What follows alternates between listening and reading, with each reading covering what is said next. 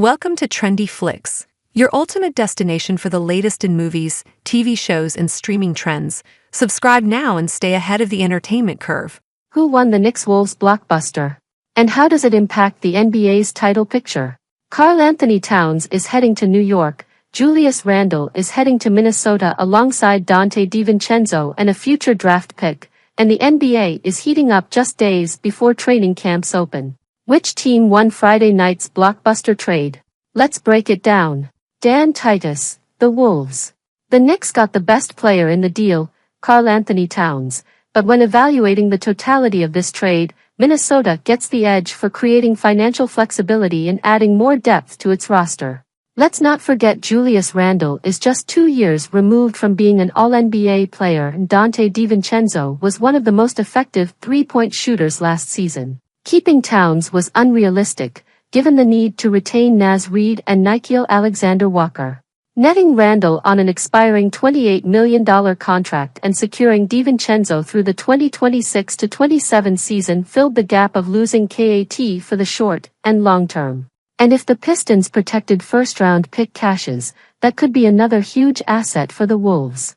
I keep thinking about Sheriff Jim Hopper's definition of compromise. It's kind of in between. It's like halfway happy. That's how I imagine a lot of Knicks and Wolves fans feel after a deal that fundamentally changes the identities of two teams with championship aspirations.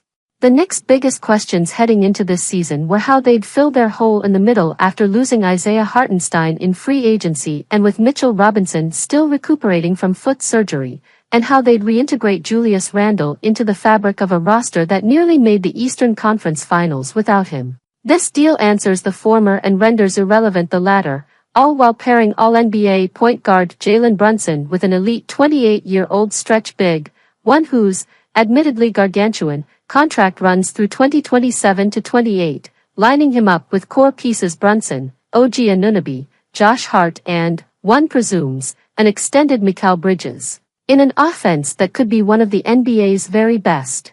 The Wolves, on the other hand, had to try to figure out how to improve an offense that finished 17th last season, and how to bolster a depth chart that looked to be a little too reliant on rookies and aging vets, all while staring down the barrel of gargantuan luxury tax bills with the contracts of Towns, Anthony Edwards, and Rudy Gobert on the books.